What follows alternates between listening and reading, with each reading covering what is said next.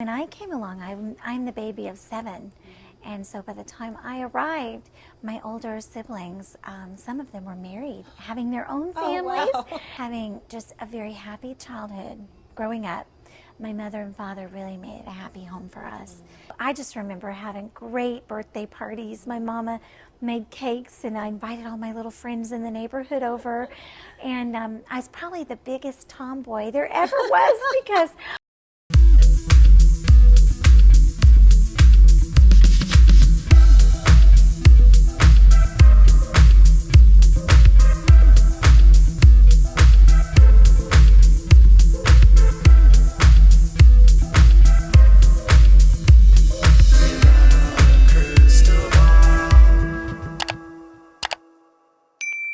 guys, it's Katie from Without a Crystal Ball. Welcome back to my channel. How are you guys doing? It is Thursday, September 2nd. We have so much to talk about. I just wanted to let you guys know that I have brand new merch that's been loaded into my Teespring store. 2 new items. There is a Team Frida one for those of you that love the dog.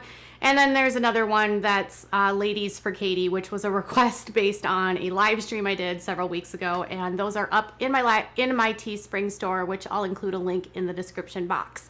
Welcome to my channel. Happy to have you here.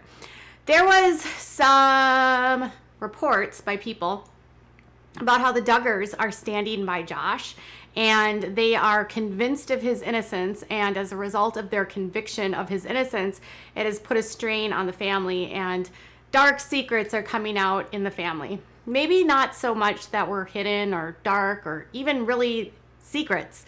I'm thinking there is a lot going on in this family that they knew about, which we didn't know about, or maybe Jim, Bob, and Josh maybe allegedly kept from people in the family. I don't know. Jim, Bob, and Josh and Michelle are convinced that Josh is going to get out of this, and they are standing by him and his innocence. Now, this is an interesting juxtaposition because I want to talk about something that is a little bit ironic, slightly hypocritical, and completely, I don't even know, upsetting. So the Duggars, Jim, Bob, and Michelle, are from the part of the members of the Institute in Basic Life Principles, which is a organization started in the 60s, and they do all of these like self-help type things that's based on biblical principles and all these rules about what you have to do to be the perfect Christian, blah, blah, blah. And in this world, men are supreme authorities, women are submissive, subservient, can't speak, blah, blah, blah. Men can do whatever they want to the women. Women have to do whatever they want, whatever the men want for them. And the authority goes through the man. This also is extremely, because of that patriarchy, unaccepting of anyone else that deviates from their belief of what a biblical marriage would be between a man and a woman. Okay?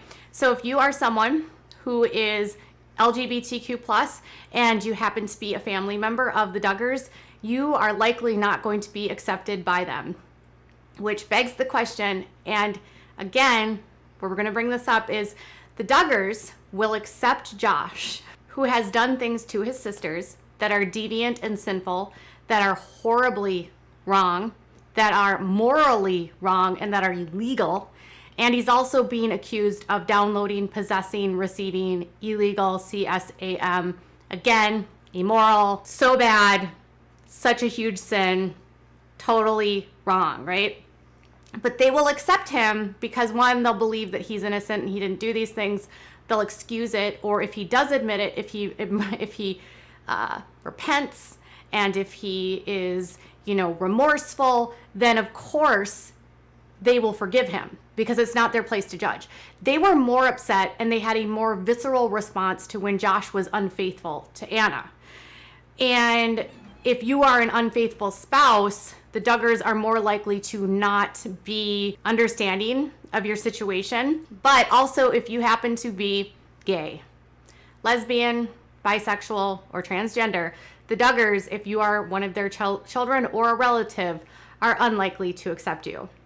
A person in the LGBTQ+ who is not breaking rules, breaking laws, hurting anyone, harming anyone, doing anything illegal, technically would have a harder time getting Jim, Bob, and Michelle to accept them than someone who has willingly confessed to crimes, committed crimes, and repented of those crimes would find acceptance with the Duggars, because redemption, right?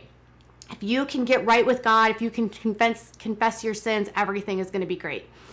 But if you are a child that's in this world and you are gay, you don't get your family's acceptance, which means that you have two choices in a family like the Duggars. You either pretend you're not gay, and that means you don't act on the attraction. So there's this belief in the world, in this fundamentalist world, that it's all right to have same-sex thoughts and be attracted to them. It's the sin is to actually act out on those thoughts, right? And act out on those desires. So for them, as long as you're not acting out and actually sinning, it's fine. But you need to keep your mind pure of those thoughts, and you cannot actually act out. Got it? They will also try to pray away and help you pray away those feelings. So if you have more faith, less Satan in your life, you will not be gay. And so different techniques, conversion therapies, options to, pray the gay away have been long, a huge history of the fundamentalist world. And sadly, if a child were to come out and not stuff it down and pretend to be straight, or just stay celibate and single, say they want to live in a world where they actually have a partner that they're attracted to, that they're in love with, that they want to spend their time with, that would not be accepted. So if you come out as a Duggar and you are gay, you would not be accepted. If you're Josh Duggar and you harm children, you harm your sisters, allegedly, you're accepted as long as you apologize. It's a walking contradiction.